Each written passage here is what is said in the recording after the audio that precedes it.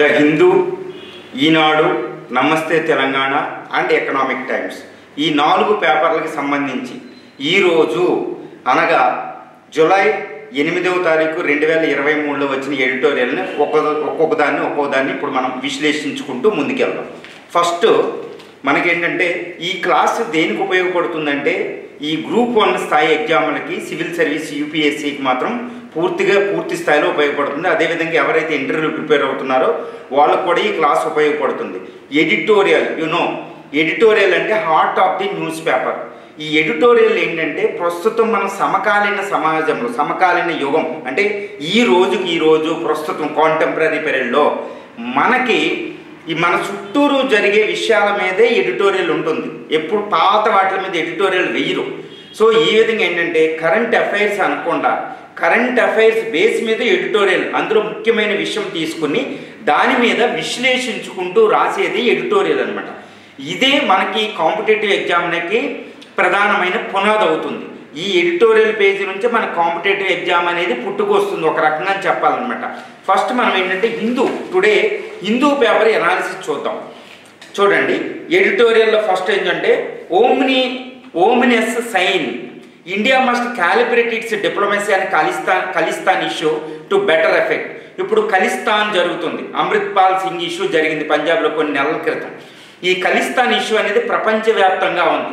ఎందుకు ప్రపంచవ్యాప్తంగా ఉందంటే ఈ పంజాబీస్, పంజాబీ మన తెలుగు కర్ణాటక ఎలా అయితే వేరే దేశాలు వెళ్తారో ఈ పంజాబ్ ఏరియా నుంచి సిక్ మతస్థులు ప్రపంచమంతా విస్తరించున్నారు. ఈ సిక్ మతస్థులు ప్రధానంగా Canada, north America, Latin America, European సుదూర ప్రాంతాలకు వెళ్తారు. ఇది సిక్ ప్రజలకు కూడా విశిష్టత అనమాట. ఈ ఖలిస్తాన్ మూమెంట్ అనేది ఈ సిక్ హోమ్ల్యాండ్ ఖలిస్తాన్ అంటే a land of Khalistan, a land of Khalsa. Khalistan is nothing but land of Khalsa అంటారు. ఆ కల్సా ఉన్న ప్రాంతాన్ని పంజాబీగా సూచిస్తారన్నమాట. ఈ ఖలిస్తాన్కి ఒక హోమ్ల్యాండ్, ప్రత్యేకమైన దేశం కోసం పోరాడే ఉద్యమమే ఖలిస్తాన్ ఉద్యమం అన్నమాట. ఈ ఖలిస్తాన్ ఉద్యమం 1950లో స్వతంత్రం వచ్చాక 1940లో మొదలైంది. ఖలిస్తాన్ ముఖ్యం పంజాబీలు, సిక్కులు కూడా ఒకటి ఉండాలి అని. అకాలీదళ్ అనే పొలిటికల్ పార్టీ ఉంటుంది. ఒక రకంగా వాళ్ళు సిక్కులు యొక్క ప్రత్యేకతను కాపాడుతూ పుట్టిన పార్టీ అకాలీదళ్. ఇప్పుడు మా భారత ప్రజాస్వామ్యంలో కూడా ఉందని ప్రజాస్వామ్యబద్ధంగా పోరాడుతూ ఉంటుంది అనమాట. కానీ ఎక్కువగా పోరాడదు. అకాలీదళ్ అనే పార్టీ పంజాబ్లో మీకు వినపడుతుంది. ఓకేనండి. ఇప్పుడు ఈ ఖలిస్తాన్ అనేది హోమ్ల్యాండ్. ఈ హోమ్ల్యాండ్ అనేది ప్రస్తుతం ఇండియాలో ఉన్న పంజాబ్ ప్రావిన్స్, పంజాబ్ స్టేటు, లాహోర్ ప్రాంతం అంటే పంజాబ్లో ఉన్న పంజాబు, హిమాచల్ ప్రదేశ్, సిమ్లా కొన్ని ప్రాంతాలు, హర్యానా, ముఖ్యంగా చండీగఢ్, ఇవన్నీ సిక్కు ప్రాంతాలు అధికంగా ఉన్న ప్రాంతం అలా కలిపి ఖలిస్తాన్ అని ఒక ప్రత్యేకమైన హోమ్ల్యాండ్ ఉండాలని ఒక పథకం ప్రకటించుకుని ఒక పతాకం పెట్టుకుని ప్రపంచంతో ఉన్న సిక్కులు దానికి సపోర్ట్ చేస్తూ ఉంటారన్నమాట. అందరూ కాదు, కొంతవరకు. ఈ విధంగా ఖలిస్తాన్ మూమెంట్ పుట్టుకొచ్చింది 1940లో. ఇది ఇప్పుడు తీవ్ర స్థాయికి చేరిందనమాట. పాకిస్తాన్ ఐఎస్ఐ సపోర్ట్ కూడా దానికి ఉంది. ఈ పాశ్చాత్య దేశాలు కూడా దీనికి వాళ్ళు చేసే మూమెంట్, వాళ్ళ ఆయా దేశాల్లో ముఖ్యంగా కెనడా, యూకేలో మనం ఇప్పుడు ప్రస్తుతం చూస్తున్నాం. ఈ మూమెంట్ ఏంటంటే మన ఇండియన్ డిప్లొమాట్స్ మీద కూడా దాడులు చేసే స్థాయికి వెళ్ళారు. పాంప్లెట్ల ద్వారా డైరెక్ట్గా మనల్ని బెదిరిస్తున్నారు. ఇండియన్ డిప్లొమాట్స్ని, హిందూస్ని, ఆయా దేశాల్లో నివసించే హిందువుల్ని బెదిరిస్తున్నారు. అదేవిధంగా ఖలిస్తాన్ మూమెంట్కి వ్యతిరేకమైన సిక్కులు కూడా వాళ్ళు బెదిరిస్తూ ఉంటారన్నమాట. ఈ బెదిరింపులు చాలా ఎక్కువైపోయాయి. ఇప్పుడు ఈ శనివారం వచ్చే 2 రోజుల్లో వీళ్ళు ఏంటంటే పెద్ద ప్రొటెస్ట్ చేయబోతున్నారు చాలా పాశ్చాత్య దేశాలు. దీనికి ఏంటంటే ఒక థ్రెట్గా భారతదేశం భావిస్తుంది దాని సార్వభౌమత్వానికి. అందువల్ల ఈ ఓమినస్ సైన్స్ అంటే అరిష్టం అంటారు. Ominous is nothing but is the forthcoming threat అనమాట. ఫోర్త్ కమింగ్ థ్రెట్ అంటే అరిష్టం అంటారు. రాబోన్న అరిష్టాన్ని ఎలా ఎదుర్కొంటుంది అని ఒక ఆర్టికల్ రాశారు హిందూలో. ఒక అద్భుతమైన ఆర్టికల్ అనమాట. ఇది 1984లో ఆపరేషన్ బ్లూ స్టార్. ఓకేనండి. తర్వాత 1985లో ఎయిర్ ఇండియా క్రాష్ అవ్వడం, ఇదంతా చాలా తీవ్రమైన వైలెంట్ మూమెంట్ అనమాట ఖలిస్తాన్ అనేది. ఇప్పుడు దాన్ని కోకట వేళ్లతో తీయడానికి భారతదేశం ప్రయత్నం చేయాలి అని చెబుతూ ఈ ఆర్టికల్ వచ్చిందనమాట. ఇప్పుడు Canada, UK, United states of America, ఇంకా లాటిన్ అమెరికా దేశాలు, మరీ ముఖ్యంగా ఆస్ట్రేలియా, ఈ పశ్చిమ యూరోప్ దేశాల్లో ప్రవాస సిక్కులు ఏంటంటే ఈ ఖలిస్తాన్ మూమెంట్ కొంత సపోర్ట్ చేస్తున్నారు. ఈ ఖలిస్తాన్ మూవ్మెంట్ లీడర్స్ ఏంటంటే అమృత్పాల్ సింగ్ వాళ్ళు కూడా ఏంటంటే చాలా తీవ్ర స్థాయిలో భారతదేశం మీద విరుచుకుపడుతున్నారు, అది కూడా వైలెంట్ అటాక్ చేస్తున్నారు. ఈ వైలెంట్ అటాక్ అనేది చాలా అసలు మంచిది కాదు, భారతదేశం ఒక సూపర్ పవర్ ఎదగబోతుందన్నమాట.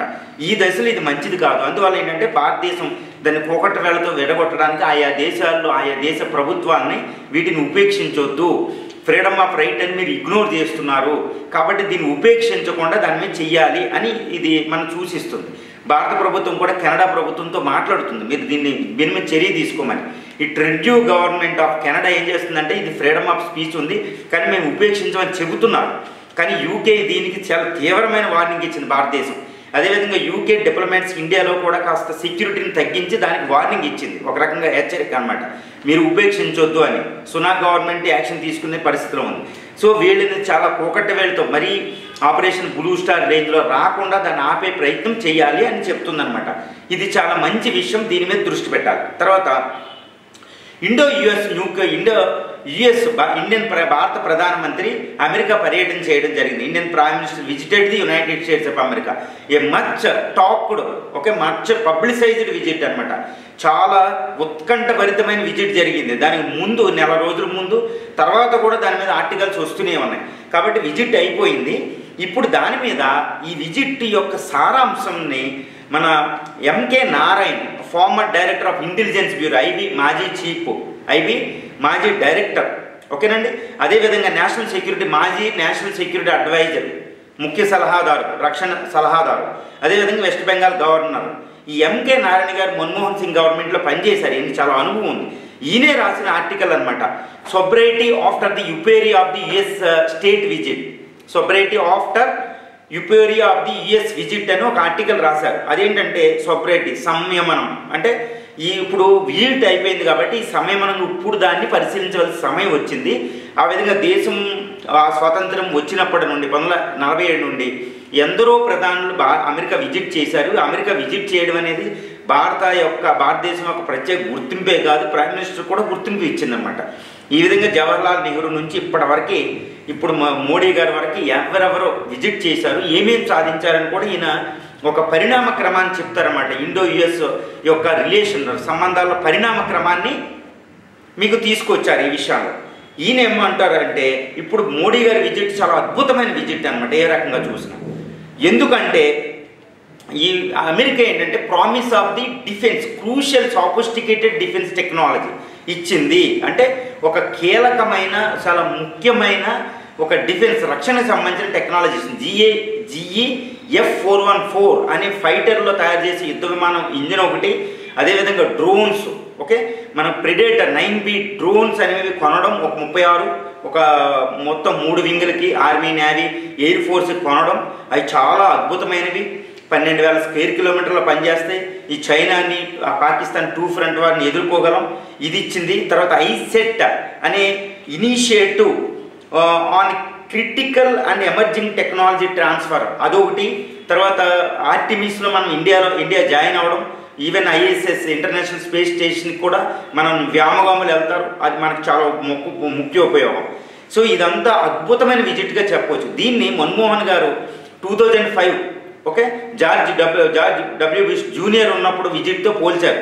అప్పుడు 123 న్యూక్లియర్ అగ్రిమెంట్ జరిగింది. దాంతో ఇండియా న్యూక్లియర్ అపార్థిడి తొలగిపోయింది. న్యూక్లియర్గా ఒక భారతదేశాన్ని ఒక విచక్షణపూరితంగా చూసేవారు అనమాట. న్యూక్లియర్ ఇదేదో అభివృద్ధి చేసేస్తుంది అని. కానీ విచక్షణపూరితమైన ఒప్పందాలు NPT, CTBT ద్వారా దాన్ని ఆయన పక్కన పెట్టించగలిగారు 123 అగ్రిమెంట్తో, ఇండో యూస్ న్యూక్లియర్ ట్రీటీ. అది కూడా మంచిదే. అదేవిధంగా ఇందిరాగాంధీ గారి విజిట్ 1971లో ఒక డిజాస్టర్ అయింది, అది పక్కన పెట్టేయండి. తర్వాత అంతకు ముందు నెహ్రూ విజిట్ కూడా అద్భుతమైన విజిట్ అయిందనమాట. సో ఈ విధంగా నెహ్రూ నుంచి ఇప్పుడు దాకా చూపించారన్నమాట. లాల్ బహదూర్ శాస్త్రి గారు అసలు విజిట్ చేయలేదు, కానీ ప్రతి ప్రైమ్ మినిస్టర్ విజిట్ చేయడం జరిగింది.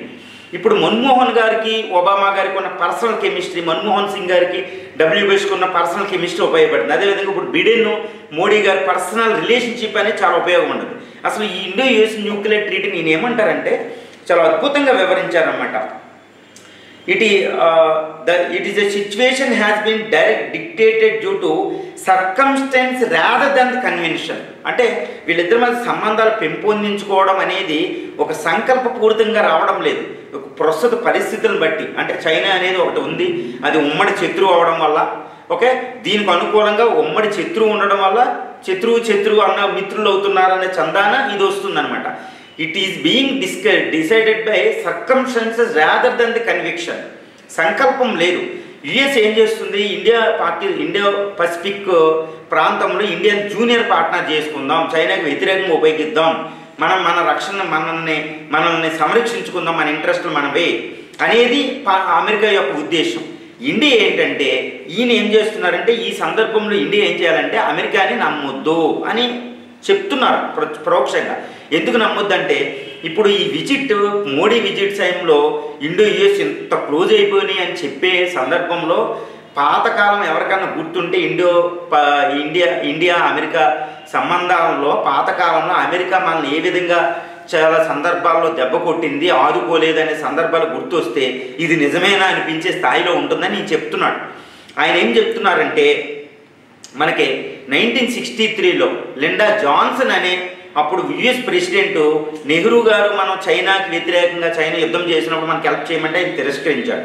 అది చాలా తీవ్రమైన వెన్నుపోటు అనమాట. ఎందుకంటే ప్రజాస్వామ్యం చెప్పుకుంటారు, ఒక ప్రజాస్వామ్యం ఆపదలో ఉంటే రాలేదు. నెహ్రూ గారు రిక్వెస్ట్ చేస్తే 1962లో.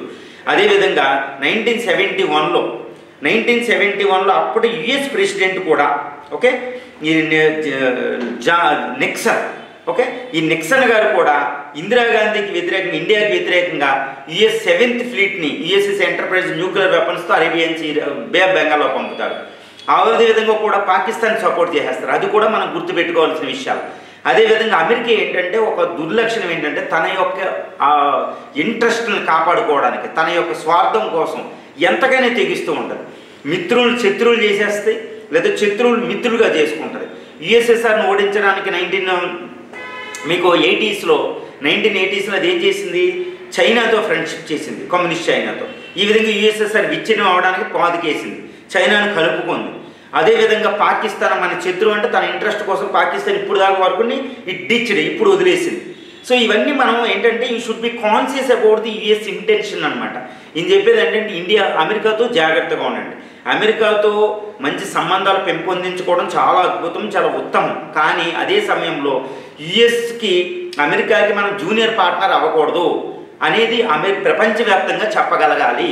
అదేవిధంగా ఇప్పుడున్న సంబంధాలు పెంపొందించుకుంటూనే సరైన సమయంలో మనం ఏం చేయాలి, ఈ ఇండో పసిఫిక్ ప్రాంతంలో మన సంబంధాలను కాపాడుకుంటూ మన ఇంట్రెస్ట్ని కాపాడుకుంటూ ఈ బ్రిడ్జ్ పవర్గా బ్యాలెన్స్డ్ పవర్గా మనం షోకేజ్ చేసుకోవాలి. మనం ఏ బ్రిడ్జ్ పవర్ అంటే ఒక వారధి. ఇండియా అనేది ఈ చైనా కూటమి China, Russia, America, western countries ఒక బ్రిడ్జ్ పవర్ అంటే ఒక వారధిలాగా పనిచేయాలి, ఒక సంతులనమైన కంట్రీగా పనిచేయాలి. కానీ వీళ్ళకి అవ్వకుండా ఉండాలి. దానివల్ల మన ప్రయోజనాలు సిద్ధిస్తాయని చెప్తున్నారు. ఇది మనకు ఉత్తమం. సో ఇండియా ఏంటంటే by and large India is also conscious about it. India కూడా భారతదేశంని సంతులన పవర్గా ఉంచుకుని తన అలీన విధానాన్ని కాపాడుకుంటూ తన ఇంట్రెస్ట్ను కాపాడుకుంటూ చైనా యొక్క చిత్తు చేస్తూ అమెరికా సంబంధాలను ఉపయోగించుకుంటుంది. కానీ అమెరికా జూనియర్ పార్ట్నర్గా వెళ్ళడం. అందుకని రీసెంట్గా నాటో ప్లస్ అలయన్స్లో చేరమంటే చేరలేదు, అకూస్లో చేరలేదు, ఆస్ట్రేలియా న్యూజిలాండ్ అమెరికా కూటమిలో చేరలేదు.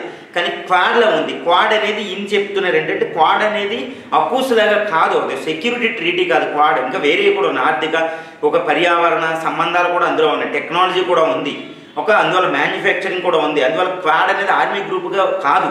కాకపోతే క్వాడ్లో ఉండడం మనకు ప్రయోజనం, కానీ అకూస్లో ఉండకూడదు. అకూస్లో లేదు, నాటో ప్లస్లో లేదు. ఇండియా నాటో పార్ట్నర్గా కూడా రిజెక్ట్ చేసింది, చాలా విషయాలని నిర్లక్ష్యం వదిలేస్తుంది. సో ఈ విధంగా ఏంటంటే ఇండియా అనేది ఒక బ్యాలెన్స్డ్ బ్రిడ్జ్ పవర్గా ఉండాలి, సంతులనమైన ఒక పవర్ఫుల్ కంట్రీగా ఉండాలి. కానీ అమెరికాకి జూనియర్ పార్ట్నర్ అవ్వకూడదు.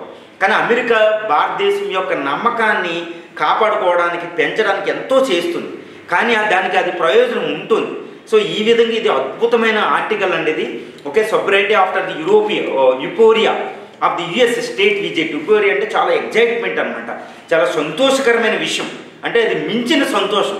కానీ ఈ జాగ్రత్తలు యుఎస్ యొక్క ఉద్దేశాన్ని వైఖరిని చూస్తే మనం చాలా జాగ్రత్తగా ఉండాలి దాన్ని 50 సంవత్సరాలుగా అనేది మనకు చెప్తున్నారు అన్నమాట ఆర్టికల్. చాలా అద్భుతమైన ఆర్టికల్ అండి. తర్వాత ఆర్టికల్ హిందూలోనే మీకు the long road to finding true peace in Yemen Sanaa రాజధాని ఒమన్ కాదు ఇది. ఈ యెమెన్లో పీస్ ట్రీటీ ఈయన రాసిన ఆయన తాల్మీజ్ అహ్మద్, ఫార్మర్ డిప్లొమాట్. ఓకే, ఈయన కూడా ఒక విదేశాంగవేత్త. ఈయన రాసిన ఆర్టికల్ అనమాట. ఈ యెమెన్ వారికి 8 సంవత్సరాలు పూర్తయింది. ఇప్పుడు ప్రస్తుతం ఏం జరుగుతుందంటే యెమెన్లో హైతీ తీవ్రవాదులు, హైతీ అంటే ఒక యెమెన్లో ఒక వర్గం గవర్నమెంట్కి వ్యతిరేకంగా తిరుగుబాటు చేసే ఒక హౌతీ లేదా హైతీ అంటారు. ఈ హైతీ అనేది షియా ముస్లిం వర్గం అనమాట. అదేవిధంగా ఈ యెమెన్ మైనారిటీ ప్రభుత్వాన్ని ఈ హైతీ తీవ్రవాదం యెమెన్లోనూ వచ్చిన ఒక సివిల్ వార్లో యెమెన్ గవర్నమెంట్ రక్షిస్తూ సున్నీ ఈ మెజారిటీ ఉన్న సౌదీ అరేబియా వచ్చింది. హైతీ వర్సెస్ సున్నీ అంటే షియా వర్సెస్ సున్నీ అనమాట. ఈ హైతీ షియా వర్గం అవ్వడం వల్ల వీళ్ళకి సపోర్ట్గా ఇరాన్ వచ్చింది. ఈ మధ్యన ఏంటంటే చైనా మీడియేటింగ్ మధ్యవర్తిగా ఉండడం వల్ల ఈ సౌదీ అరేబియాకి ఇరాన్కి పీస్ అకార్డ్ జరిగింది. దీని ఫలితంగా ఈ హైతీ సున్నీ సౌదీ అరేబియా ఈ షియా ఇరాన్ అనేది ఒక ఒప్పందానికి రావడం వల్ల ఈ హైతీలో పీస్ రాబోతుంది, శాంతికి అవకాశాలు ఎక్కువ వచ్చింది, శాంతికామకానికి అవకాశం వచ్చిందనమాట. ఈ విధంగా 8 సంవత్సరాలు 2015లో మొదలైన యెమెన్ సివిల్ వార్ అనేది ఇప్పుడు 8 సంవత్సరాలు పూర్తయింది. ఇందులో ఇప్పుడు పూర్తిగా హైతీ తీవ్రవాద వర్గమే పూర్తిగా కాకపోయినా విన్నర్గా నిలిచిందనమాట, విజయం పక్షాన ఉంది. ఈ సౌదీ పక్షం అనేది సౌదీ అరేబియా $60 బిలియన్ ఖర్చు పెట్టింది ఇప్పటివరకు. ఇప్పుడు డిస్పరేట్లీ ఇట్ వాంట్స్ టు లీవ్, ఇప్పుడు వెళ్ళిపోదాం అనుకుంటుంది అనమాట. సో ఇది ఒక అద్భుతమైన అవకాశం. అందువల్ల ఈ రెండింటి మధ్యన ఒప్పందం జరుగుతుంది. ఈ ఒప్పందం శాంతి చర్చలు జరుగుతున్నాయి అనమాట. ఈ హైతీ వర్గం ఏమడుగుతుందంటే మా హైతీ తీవ్రవాదులు అందరికీ శాలరీలు ఇవ్వాలి యెమెన్ ప్రభుత్వం ఆయిల్ రెవెన్యూ నుంచి. అదేవిధంగా ఇప్పుడు దాకా యుద్ధం చేసినందుకు సౌదీ అరేబియాకి అంతా కంపెన్సేషను రిపరేషన్ ఆఫ్ ది వార్ అంటే మీరు నష్టపరిహారం చెల్లించాలి అని పెడుతుందన్నమాట. అదేవిధంగా సనా ఒక హైద్రా అనే ఎయిర్పోర్ట్ల మీద మీకు బ్లాకేడ్ తొలగించాలి, ఆంక్షలు తొలగించాలని అడుగుతుంది. ఇది ఎందుకంటే హైతీ వర్గం విజయపక్షాన్ని, అందువల్ల ఏంటంటే it is in upper hand అనమాట. ఈ డిస్కషన్ జరిగేటప్పుడు ఈ సౌదీ అరేబియా వెళ్ళిపోదాం అనుకుంటుంది. సో ఈ ఒప్పందం అనేది చాలా ముఖ్యమైనది, జరగాలి అని అంటూ ఇది వచ్చిందనమాట. చాలా అద్భుతమైన ఆర్టికల్ ఇది కూడా, the long road to funding true peace in Yemen అనమాట. ఈ 3 ఆర్టికల్ ఈరోజు మీరు హిందూ పేపర్లో చాలా అద్భుతంగా ఉన్నాయి. తర్వాత మనం ఏంటంటే నెక్స్ట్ పేపర్ ఏంటంటే మనకి ఇంగ్లీష్ మీడియా అనేది చాలా ఇంపార్టెంట్. అందులో ఆర్టికల్స్ చాలా నిష్పక్షపాతంగా ఎక్కువ వస్తాయి మన తెలుగు మీడియాతో పోలిస్తే. అందువల్ల కవర్ చేస్తూ ఉండాలి. మన తెలుగు మీడియంలో రాసిన మనం ఏంటంటే ఈ ఆర్టికల్స్ని కాస్త చదువుకుంటూ ఉండాలి, అర్థవంతం అయినంత వరకే మనం చదువుకోవాలి. అదే ఎకనామిక్ టైమ్స్లో మీకు ఏంటంటే ఎకానమీ రిలేటెడ్గా వస్తుంది. ఇక్కడ ఏంటంటే 2 ఆర్టికల్స్ అద్భుతం అనమాట ఈరోజు. ఓకే, 3 ఆర్టికల్ వచ్చింది. ఒకటి ఏంటంటే అఫిర్మేటివ్ యాక్షన్ రిజర్వేషన్. అమెరికాలో అఫిర్మేటివ్ యాక్షన్ అంటే ఒక రకమైన రిజర్వేషన్ అనమాట. Affirmative action it's not a binary అని యుఎస్లో వచ్చింది. రీసెంట్గా ఏంటంటే యుఎస్ సుప్రీంకోర్టు 6-3 మెజారిటీతో ఒక డిసిషన్ తీసుకుంది. ఒక అఫిర్మేటివ్ యాక్షన్ ఎడ్యుకేషన్ తొలగించేసింది అనమాట. ఎడ్యుకేషన్ అడ్మిషన్లో అఫిర్మేటివ్ రిజర్వేషన్ బేస్డ్ మీద ఇవ్వడం అనేది తొలగించింది. దీని మీద జరుగుతుంది. ఒక ఏషియన్ అమెరికన్ స్టూడెంట్స్ ఒక వింగ్ వెళ్ళి దీనికి వెళ్ళడం వల్ల వాళ్ళకి రిజర్వేషన్ అఫిర్మేటివ్ యాక్షన్ ఎడ్యుకేషన్ తొలగించారు. ఇది జాతి వివక్షతను సూచిస్తుందని ఎవరికి ఇచ్చిన. సో దీని మీద ఒక వివాదాస్పదం పెద్ద డిబేట్ జరుగుతుంది యునైటెడ్ స్టేట్స్ ఆఫ్ అమెరికాలో. ఈ మార్టిన్ లూథర్ కింగ్ గారు మొదలుపెట్టిన సివిల్ రైట్స్ ఉద్యమం నుంచి అఫిర్మేటివ్ యాక్షన్ వచ్చిందన్నమాట 1969లో. ఇప్పుడు ఇది చాలా బేటలు వాడేలా ఉందన్నమాట. దాని మీద చర్చ జరుగుతుంది. అది భారతదేశంలో రిజర్వేషన్లకు ఉన్నట్టు వస్తుందన్నమాట. అందువల్ల ఈయన ఏం చెప్తున్నారంటే the tools for redressing system deprivation and institutional discrimination resulting in generational backwardness must be different from those used for increasing diversity. మనం ఈయన ఏం చెప్తున్నారంటే ఈ రిజర్వేషన్ వీటన్నిటికీ దాని మీద అటాక్ చేసేయండి, మూలం మీదే అటాక్ చేసేయండి, కానీ ఈ తొలగింపు మీద కాదు. దానివల్ల పర్మనెంట్ సొల్యూషన్ వస్తుంది. ఈ రిజర్వేషన్ ఇవన్నీ పెద్ద కాదు, శాశ్వతం కాదు అని చెప్తున్నారు. కానీ రిజర్వేషన్ తొలగింపుకి ఏం చెప్పడం లేదు. సో ఈ చిన్న ఆర్టికల్ ఇది చాలా చిన్నగానే వచ్చింది, పెద్దది కాదు. తర్వాత cool it, okay, we're going to beat the heat, okay అని ఒకటి వచ్చిందనమాట. ఈ smart measures to can bring the temperature, smart measures can bring temperatures down. ఇప్పుడు ప్రపంచవ్యాప్తంగా ఎల్నినో కండిషన్స్ వల్ల ప్రపంచ సరాసరి టెంపరేచర్ ఈ జూన్ మాసంలో 17.23 డిగ్రీ సెంటిగ్రేడ్ కింద నమోదైందంట. ఇది historically unprecedented level of temperature, average సరాసరి టెంపరేచర్స్ అనమాట. It's an average global temperatures reached to 17.23 degree centigrade, 17.23 degree సెంటిగ్రేడ్గా ప్రపంచ సరాసరి ఉష్ణోగ్రతలు నమోదయ్యాయి. ఇది ఎల్నినో కండిషన్ ప్రధానమైన మూలం అన్నమాట. ఇది inter government panel on climate change IPCC okay report ఇచ్చింది 2050 అనుకున్నది, ఇప్పుడే వచ్చేసింది. ఇదేంటంటే టెంపరీ ఎల్నినో కండిషన్ వల్ల వచ్చింది, ఇదేమి మళ్ళీ నిలబడదు ఈ టెంపరేచర్. కానీ ఈ టెంపరేచర్ ఎక్కువ అవడం వల్ల ఎక్కడికక్కడ హీట్ వేవ్స్ ఫేస్ చేస్తున్నారు. ఈ హీట్ని తగ్గించడానికి స్మార్ట్ వేవ్స్ ఓకే చాలా మంచి పద్ధతులు ఉన్నాయి, వాటిని ఫాలో అవ్వండి.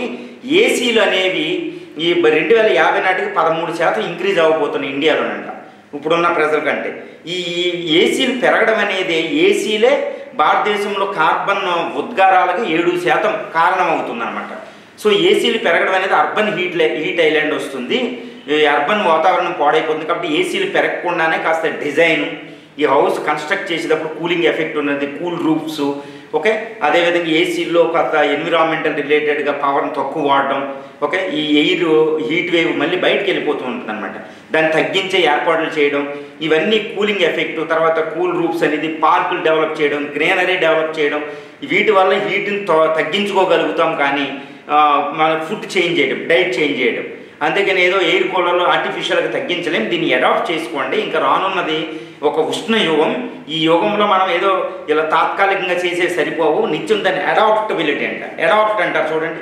దీన్ని మనం ఆకలింపు చేసుకోవాలి, మన జీవన విధానంలో ఒక భాగంగా చేసుకోవాలి. కూలింగ్ తగ్గించుకోవడం అనేది దాని చర్యలు తీసుకోండి అని చెప్పారు. ఇది కూడా చాలా అద్భుతంగా ఉపయోగపడుతుంది, మనకి అన్ని పేపర్లో ఉంటుంది. తర్వాత అండి next article in ET economic టైమ్స్లో startups and the new normal okay. ఈ కరోనా ఉన్నప్పుడు, COVID-19 లాక్డౌన్ ఉన్నప్పుడు ముప్పుడుగా స్టార్టప్స్ వచ్చేసింది. ముఖ్యంగా ఎడ్యూటెక్ అనేది ఫార్మా రిలేటెడ్ స్టార్టప్స్ వచ్చేసినాయి. ఈ వచ్చినవి ఏంటంటే ఈ లాక్డౌన్ పోయాక మళ్ళీ ఎడ్యుకేషన్ స్కూల్ ఓపెన్ చేయడం, మళ్ళీ ఎక్కడికక్కడ కరోనా బెడది పోవడం వల్ల మళ్ళీ స్టార్టప్స్ అనేవి పడిపోతున్నాయి అన్నమాట ఓకే. ఈ న్యూ నార్మల్ స్టార్టప్స్ మే నెవర్ బికమ్ నార్మల్ అంటే అవి ఎప్పుడు స్టార్టప్స్ ఎప్పుడు ఒక ఎకో సిస్టమాటిక్ ఉన్న పరిస్థితులు అన్నీ అనుకూలంగా లేవు. అందుకని ఎక్కువ స్టార్టప్స్ పడిపోతున్నాయి అన్నమాట, దాని వాల్యుయేషన్ పడిపోతుంది. కొత్త స్టార్టప్స్ వచ్చిన వాల్యూస్ పడిపోతుంది. అకాడమీ ఎడ్యూటెక్లు చాలా వరకు తగ్గిపోయినాయి. ఫార్మా ఈజీ అనేది ఒక కంపెనీ పడిపోయింది, $5.6 బిలియన్ వాల్యూ ఉన్న కంపెనీ $600 మిలియన్ పడిపోయింది దాని వాల్యూ. సో ఫార్మా కంపెనీలు పడిపోతుంది. ఇప్పుడు స్టార్టప్స్ని ముందుకు తీసుకెళ్లాలన్నమాట. అందువల్ల కొత్త నవకల్పనల మీద దృష్టి పెట్టాలి ఓకే. అదేవిధంగా ఎక్కువ కాలం ఉండాలి. స్టార్టప్స్లో పార్ట్నర్స్ మధ్య తగువులు రావడం, లేదా ఈ ఇన్వెస్టర్స్ అనే గ్రీడీ యాటిట్యూడ్, ఎక్కువ డబ్బు సంపాదించాలనే ఆశలు, ఇవన్నీ మంచి కాదు. గవర్నమెంట్ చక్కగా రెగ్యులేట్ చేసి వాటిని సపోర్ట్ ఇస్తూ ముందుకెళ్ళాలని స్టార్టప్ మీద వచ్చింది. ఈ స్టార్టప్ అనేది ఇండియాకి చాలా important. Manufacturing, India wants to be the pharmacy of the world, India wants to be the manufacturing hub of the world okay. తయారీ రంగంలో ప్రపంచ రారాజు అవ్వాలనుకుంటుంది, ఫార్మసీలో ప్రపంచంలో రారాజు అవ్వాలనుకుంటుంది. వీటి దృష్టి స్టార్టప్స్ అనేవి చాలా కీలకం అన్నమాట వీటి ఉద్దేశాలకి. అందువల్ల స్టార్టప్స్ ఎకో సిస్టమ్ డెవలప్ చేయడం అనేది అత్యవసరం. దానివల్ల దీన్ని పెట్టారనమాట. సో ఈ ఆర్టికల్ ఈ ఎకనామిక్ టైమ్స్లో ఈ మూడింటిని మీరు కొంత చూస్తే చాలా మంచిదన్నమాట. తర్వాత ఈ ముఖ్యమైన పేపర్ ఈనాడు కొద్దాం. ఈనాడు నమస్తే తెలంగాణకు ముందు చూస్తే ఈ UCC ఎడతెరగని పంచాయతీ అని ఒక ఆర్టికల్ ఇచ్చారు. ఆర్టికల్స్ అంతగా లేవు కానీ UCC యూనిఫామ్ ఉమ్మడి పౌరస్మృతి ఎడతెగని పంచాయతీ అని ఈ ఆర్టికల్లో ఏం చేశారంటే ఈ పేజ్ నెంబర్ 8 వాణిజ్యం అనే దాంట్లో ఆర్టికల్ కాకుండా విడిగా వచ్చింది. ఈ రాజ్యాంగ పరిషత్తులో ఉమ్మడి పౌరస్మృతి కోసం అంబేద్కర్ ఓకే, అదేవిధంగా జవహర్లాల్ నెహ్రూ, మౌలానా అబుల్ కలాం ఆజాద్, KT షా రాజ్యాంగ నిపుణులు, అప్పుడు రాజ్యాంగ సభ సభ్యులు ఫ్రాంక్ ఆంటోనీ, సర్దార్ వల్లభాయ్ పటేల్ గారు ఏమేమి వాళ్ళ యొక్క వ్యాఖ్యానం చేశారు యూనిఫామ్ సివిల్ కోడ్ మీద అని ఇచ్చారు. ఇది మనం పెట్టుకోవాలి మీరు.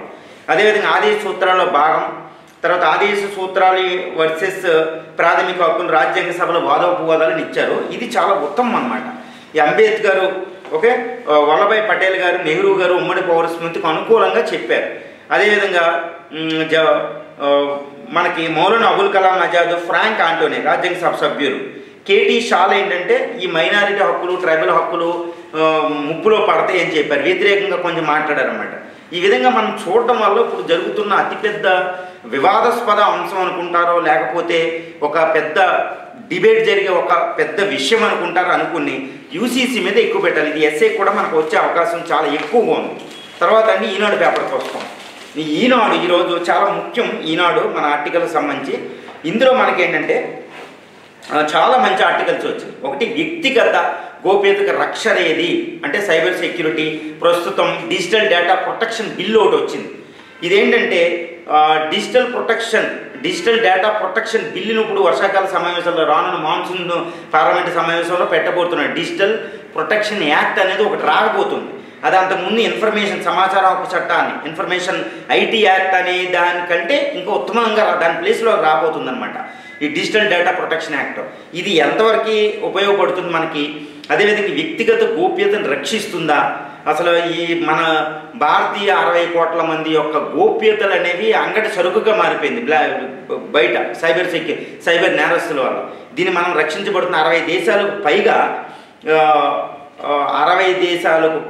157 దేశాలు ప్రత్యేక చట్టాలు రూపొందించుకున్నాయి. కానీ భారతదేశంలో 80 కోట్ల ఇంటర్నెట్ వాడకందారుల యొక్క ప్రొటెక్షన్ అనేది ఇప్పుడు మనకు కావాలన్నమాట. ఇప్పుడు మనం 157 దేశాలు చట్టాలు చేసుకుని మనం ఇంకా చేయలేదు.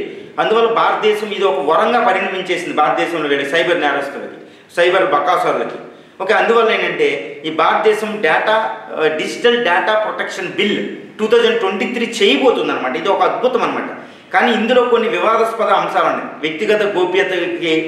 ఎందుకంటే అవి ఏంటంటే పబ్లిక్ కంపెనీస్ కొంచెం ఎక్కువ అధికారాలు ఉన్నాయన్నమాట. ఎవరైనా డేటా ప్రొటెక్షన్ దీని బిల్లుని అతిక్రమిస్తే 250 కోట్ల రూపాయల వరకు జరిమానా. ఆ విధంగా చాలా మంచిది అది. ఎందుకంటే డేటా అనేది ప్రొటెక్ట్ చేస్తుంది. ఇప్పుడు హైదరాబాదే డేటా ప్రొటెక్షన్ హబ్గా మారిపోతుంది ప్రపంచంలో. సో ఈ విధంగా ఈ బిల్లు కోసం కొంచెం మంచి డేటా వచ్చింది, మొత్తం ఇక్కడ లేకపోయింది. సో ఈ విధంగా మనం ఏం చేయాలి, డిజిటల్ డేటా ప్రొటెక్షన్ బిల్లు యొక్క సైలెంట్ ఫీచర్స్ ముఖ్య అంశాలు చదివేసుకుని పెట్టేసుకున్నామంటే ఈ బిల్లు వచ్చే సందర్భాన్ని మనం అనుకూలంగా మారుతాం అనమాట. చాలా అద్భుతమైన మంచి పరిస్థితిలో ఉండి మనం ఏది వచ్చినా మనం మాట్లాడగలుగుతాం. ఇది చాలా ఇంపార్టెంట్ క్వశ్చన్ రాబోతుంది ఎగ్జామ్లో. తర్వాత చెరకు రైతుకేది భరోసా. Okay, this sugar cane cultivation in India it's very important అనమాట. బ్రెజిల్ తర్వాత మనం 2వ స్థానంలో ఉన్నాం. ఈ బ్రెజిల్, గ్వాటిమాలా, ఈ ఆస్ట్రేలియాలో ఏంటంటే WTOలో మన మీద వాద్యం వేసింది. మనం 10% కంటే ఎక్కువ మించి రాయితీలు ఇస్తున్నారు భారతీయ చెరకు రైతులకి. ఇది ప్రపంచంలో వాణిజ్య సంస్థ యొక్క నిబంధనలకు వ్యతిరేకమని అవి వెళ్ళినాయి అనమాట. ఈ WTO కూడా అనుకూలంగా తీర్పు ఇచ్చింది. ఎవరికి? వాళ్ళకి, బ్రెజిల్ వాళ్ళకి 2020-21లో. దాని ఫలితంగా ఏంటంటే భారతదేశం 2021లో ఇచ్చింది. దానికి ఏంటంటే భారత్ విచారణ విభాగానికి వెళ్ళింది. రివ్యూ జ్యుడిషియల్ మెకానిజం ఉంటుంది WTOలో, దాని దగ్గరికి వెళ్ళింది. ఇప్పుడు ఈ మధ్యలో WTO ఏం చెప్తుందంటే ఇవి ద్వైపాక్షికంగా కూడా చర్చించేసుకోవచ్చు, పరిష్కారం మా దగ్గరే కాకుండా. అందుకని ఇండియా బ్రెజిల్తో ద్వైపాక్షికంగా చర్చలు జరుపుతుంది అనమాట. ఇదేం మేము అదేం కాదు ఇది అని. సో దీని ఫలితంగా ఏంటంటే చెరకు రైతుల యొక్క విషయాలు, చెరకు పంట ఎలా ఉంది, చెరకు పంట యొక్క ఎదుర్కొనే ప్రాబ్లమ్స్ ఏంటి, భారతదేశం ఇచ్చే కరెక్టా లేదనుకుంటూ చెరకు రైతుకేది భరోసా అంటూ ఒక ఆర్టికల్ ఇచ్చారు. డి సతీష్ బాబు అనే ఆయన రాశారనమాట. దేశంలో చక్కెర రంగం ఎదుర్కొంటున్న సమస్యలు. ఇది భారతదేశం ఏంటంటే సుమారు బ్రెజిల్ తర్వాత 2వ స్థానంలో ఉంది చక్కెర పంటలో. ఓకేనండి, చక్కెర ఉత్పత్తిలో కూడా, పంచదార ఉత్పత్తిలో కూడా 2వ స్థానంలో ఉంటుంది భారతదేశం. ఈ విధంగా ఇక్కడ చూస్తే ఏంటంటే చక్కెర అనేది చాలా మంచి very important essential good in India, అత్యవసర సరుకు అనమాట. భారతదేశంలో ఎక్కువ వాడతారు దాన్ని, ఎక్కువ వాడకందారులు భారతదేశంలో ఉన్నారు ప్రపంచంలో ఎక్కువగా. మనం దిగుమతి చేసుకుంటూ కూడా ఉంటుంది ఒకప్పుడు. ఇప్పుడు ఏంటంటే చక్కెర పంట అనేది చాలా విపత్కర పరిస్థితులను ఎదుర్కొంటుంది. ఎందుకంటే గ్లోబల్ వార్మింగ్ వల్ల, నీటి ఎద్దడి వల్ల ఎదుర్కొంటుంది. ఈ చక్కెర తయారీ కర్మాగారాలు ఎదుర్కొనే సమస్యలు అనేవి చక్కెర పంట మీద కూడా పడింది. అందువల్ల రైతులకి బకాయిలు ఎక్కువైపోయాయి. ఈ ముఖ్యంగా చక్కెర పండించే రాష్ట్రాలైన మహారాష్ట్ర, ఉత్తరప్రదేశ్, ఈ ఆంధ్రప్రదేశ్, ఈ తమిళనాడు, కర్ణాటక ఈ రాష్ట్రాల్లో చక్కెర ఉత్పత్తిలో చాలా ప్రధాన స్థానంలో ఉన్నప్పటికీ ఇవి ఎక్కువగా ప్రాబ్లమ్స్ ఎదుర్కొంటున్నాయి. ఎందుకంటే చక్కెర ఫ్యాక్టరీలు ఎదుర్కోవడం, పవర్ ప్రాబ్లం, నీటి ఎద్దడి, గ్లోబల్ వార్మింగ్, చక్కెర దిగుబడి మన ఇండియాలో తక్కువగా ఉండడం కూడా ప్రధానం. మన దాంట్లో 64.5 టన్నులే. అదే హవాయిలో 121, జావాలో 90 టన్నులు ఉంటుంది. బ్రెజిల్లో కూడా 100 టన్నుల దాకా ఉంది. భారతదేశంలో 64.5 టన్నులు. అందువల్ల దిగుబడి తక్కువ, పెట్టుబడి ఎక్కువ. సో దానికి గిట్టుబాటు ధర కూడా లేదు. ఈ గిట్టుబడి ధర లేకపోవడం కూడా అతిపెద్ద సమస్య అయింది. ఇప్పుడు ఈ గిట్టుబడి ధర కూడా తప్పే అని ఈ దేశాలు అక్కడికి వెళ్ళడం మనకి ఇంకా పుండు మీద కారం చల్లడం అలాంటిది అనమాట. సో అందువల్ల ఏంటంటే మనం ఏంటంటే చక్కెర దిగుమతి, చక్కెర పంటకు సంబంధించి గిట్టుబాటు ధర కల్పించి మంచి రాయితీలు ఇచ్చి ఆ పంటని అనువైన ప్రాంతాల్లో మాత్రమే, అంటే నాగపూర్ ప్రాంతాల్లో చక్కెర పెంచితే అక్కడ ఉన్న వాటర్ సమస్య ఇంకా పెద్దదైపోతుంది. అనువైన ప్రాంతాల్లో చక్కెర పెంచేటట్టు చేసి, ముఖ్యంగా ఇందులో ప్రపోజల్ ఏంటంటే చక్కెర దిగుబడి, చక్కెర మీద ఆధారపడకుండా రైతులు ఇథనాల్ని కూడా ప్రొడ్యూస్ చేయాలి. ఇథనాల్ అనేది ఇప్పుడు భారతదేశం పునర్వినియోగ ఇంధన వనరులో ఎక్కువ ఇస్తుంది గ్లోబల్ ఎమిషన్ తగ్గించడానికి. సో భారతదేశం మిషన్ మోడ్లో వెళ్ళిపోతుంది. ఇప్పుడు ఇథనాల్ బ్లెండెడ్ పెట్రోల్ అనేది, డీజిల్ అనేది చాలా ఉత్తమం అనమాట. ఈ ఇథనాల్ ప్రొడక్షన్కి చక్కెర పంటను ఉపయోగించడం వల్ల రైతులు అద్భుతంగా అవకాశాన్ని పొందుతారని అద్భుతంగా చెప్పారనమాట. ఇది మనకి జోగ్రఫీ అనేది, ఎకానమీ రెండింటిలోకి వస్తుంది. ఇది నెక్స్ట్ ఏంటంటే కరుగుతున్న హిమాలయాలు. ఇట్స్ పర్యావరణకు సంబంధించిన విషయం అనమాట. ఇది హిమాలయాలు ఏంటంటే మొత్తం చాలా మంచి ఆర్టికల్ అండి. ఇది హిమాలయాల్లో మొత్తం 12 మేజర్ రివర్స్, 100లాది మైనర్ రివర్స్ ఉన్నాయి. ఇది 3వ ధ్రువంగా పిలుస్తారు హిమాలయాలను. ఉత్తర దక్షిణ ధ్రువాలు ఆర్కిటిక్, అంటార్కిటిక్ తర్వాత ఈ హిమాలయ నదాల కొలువై ఉన్న హిమాలయాలు, ప్లస్ హిమాలయాల్ని 3వ ధ్రువంగా కొలుస్తారన్నమాట. ఈ 2100 నాటికి ఓకే ఈ హిమాలయాల్లోని సగం హిమాలయాలు కనుమరుగైపోతాయి అన్నమాట. అయిపోతాయి అంటే ఇప్పుడున్న లెక్కల ప్రకారం. దీనివల్ల ఏంటంటే భారతదేశం హిమాలయ ప్రాంతాల్లో ఉన్న China, Tibet, Nepal, Afghanistan, central Asian republics, మయన్మారు, ఈ పాకిస్తాను, బంగ్లాదేశ్, ఈ హిమాలయ దేశాలు, హిమాలయ ప్రాంత దేశాలు, నేపాల్, భూటాన్ కూడా మీకు ఈ దేశాలు ఏంటంటే ఫస్ట్లో రానున్న 20-30 సంవత్సరాల పాటు ముందుగా వరదలు ఎదుర్కొంటాయి. ఈ మంచు కరగడం వల్ల దట్టు ఫ్లాష్ ఫ్లడ్ అంటారు, ఆకస్మిక వరదలు ఎదుర్కొంటాయి. తర్వాత 50 సంవత్సరాల తర్వాత తీవ్రమైన కరువులు వస్తాయి, ఎడారీకరణ జరిగిపోతుందన్నమాట. సో మొత్తం హిమాలయ ఈ సివిలైజేషన్స్, ఈ సంస్కృతులే మనుగడ ప్రశ్నార్థకం. They will be at existential threat అంట. ఓకే, మనం మనుగడే ప్రమాదంలో పడిపోతుందన్నమాట. ఇలాగ దాని తీవ్రత ఎలా ఉంటుంది హిమాలయ నదాలు కరగడం అని చెప్పారన్నమాట. అదేవిధంగా నదులు కూడా ఈ జీవనదులు అనేవి పెరీనియల్ రివర్స్ అనేవి సీజనల్ రివర్స్ కింద కన్వర్ట్ అయిపోతాయి. ఓకే, ఒక డ్రై రివర్స్ కింద ఎండిపోతాయి అన్నమాట. దీనివల్ల మన సివిలైజేషన్స్ పోతాయి అనమాట. ఇలా విస్తృతంగా డిస్కస్ చేయడం జరిగింది దాంట్లో. తర్వాత దీన్ని రక్షించాలంటే ఇటు కారణాలు కూడా చెప్పారు. కారణాలు గ్లోబల్ వార్మింగ్, కార్బన్ ఎమిషన్స్, ఉద్గారాలు పెరగడం అనమాట. ఈ భూ ఉష్ణోగ్రతలు పెరగడం వల్ల ఇది జరిగింది. ఈయన ఒక సర్వే ప్రకారం 350 మంది పరిశోధకులు, నిపుణులు, విధాన నిర్ణేతలు రూపొందించిన నివేదిక ప్రకారం ఇప్పుడు హిమాలయ ప్రాంతంలో 2 డిగ్రీ సెంటీగ్రేడ్ ఎక్కువ పెరిగిందంట టెంపరేచర్. దానివల్ల ఏంటంటే ఎక్కువగా పీకెస్ట్ ఏరియాలో, పీక్లు ఎక్కువ ఉన్న ఒక 5000 మించి ఎత్తైన ప్రాంతాల్లో ఈ మంచు పడిన ఆ మంచు అనేది గడ్డ కట్టుకుపోవడానికి కొన్ని 100 సంవత్సరాలు పడుతుందన్నమాట. సో ఇప్పుడే ఈ వాతావరణం ఉండడం వల్ల ఈ గడ్డకు పట్టుకునే తత్వం లేకపోవడం వల్ల కరిగిపోతాయి అనమాట. ఇంకా అంటే హిమాలయ నదాలు కనుమరుగైపోతాయి అన్నమాట ఒక 2100వ సంవత్సరం నాటికి. సో తక్కువ ఎత్తులో పర్వాలేదు ప్రస్తుతం అని చెప్తున్నారు. తర్వాత ఈ స్నోఫాల్ కూడా తగ్గింది అక్కడ. ఈ స్నోఫాల్ పడినట్టు మంచు కింద గడ్డ కట్టకుండా కింద కరిగిపోతుంది అనమాట. ఇది మంచిది కాదని చాలా నీట్గా ఎనాలిసిస్ చేశారు. సో దీనివల్ల వరదలు, తర్వాత కరువులు, తర్వాత కొండ చర్యలు విరిగిపడడం, అడవుల విధ్వంసం, జీవనదులు ఎండిపోవడం, వ్యవసాయం, జీవనోపాధుల స్తంభన, తర్వాత మొత్తం సంస్కృతులే మనుగడే ప్రశ్నార్థకం అవడం. ఇలా విపత్కర కాన్సిక్వెన్సెస్, రామిఫికేషన్స్ మీకు దానివల్ల వచ్చే విపత్కర పరిస్థితులు మనకు చెప్పారనమాట. సో 165 కోట్ల మంది ప్రపంచంలో దీనివల్ల హిమాలయ నదాలు హిమాలయాల్లో కరగడం వల్ల విపత్కర జీవనోపాధిని, సమస్యల్ని, వాళ్ళ మనుగడ ప్రశ్నార్థకం. 165 కోట్ల మంది ప్రజలు ఈ దేశాలు. సో ఈ విధంగా ఇచ్చారు. కారణాలు ఏంటంటే గ్లోబలైజేషన్, దాని తగ్గింపుకి మొత్తం ప్రపంచ కమ్యూనిటీ అంతా అంతా కలిసికట్టుగా వస్తేనే దీన్ని నిరోధించగలం, ఒక దేశం కాదు అని చక్కగా మీకు వివరించడం జరిగింది. ఈ విధంగా ఏంటంటే ఈరోజు ఆర్టికల్స్ హిందూలో 3, టైమ్స్ ఆఫ్ ఎకనామిక్ టైమ్స్లో 2, హిందూలో ఇవి జస్ట్ అలా చూసేయండి. ఈ ఆర్టికల్ సంబంధించిన ఫోటోలు మీకు మా టెలిగ్రామ్ పరివర్తన India IAS academy Telegram channel, ఈ ఆర్టికల్స్ పాయింట్ వైజ్గా మీకు టెలిగ్రామ్ ఛానల్లో ఉంటాయి. మీరు అక్కడ చూసి జాగ్రత్తగా ఎక్కడెక్కడ పాయింట్లు నేను రాసి పెడతాను. ఈ రాసిన అక్కడక్కడ చదివేసుకుని అలా తొందరగా ముగించేయండి. సో దట్ ఏంటంటే ఈ ఆర్టికల్స్ అన్ని చదవడానికి 3 గంటలు 4 గంటల సమయం పడుతుంది, మీరు అంత టైం స్పెండ్ చేయలేదు. సో దట్ ఏంటంటే ఈ ఆర్టికల్స్ నేను ఎక్కడైతే పాయింట్లు అండర్లైన్ చేశానో కొంచెం అలాగ బ్రాడ్ అండర్స్టాండింగ్ వచ్చేసి ఇప్పుడు ఈ వీడియో మీరు అలా ముందుకు వెళ్ళిపోతే సరిపోతుంది మీరు చదివే చదువుకి. Thank you very much.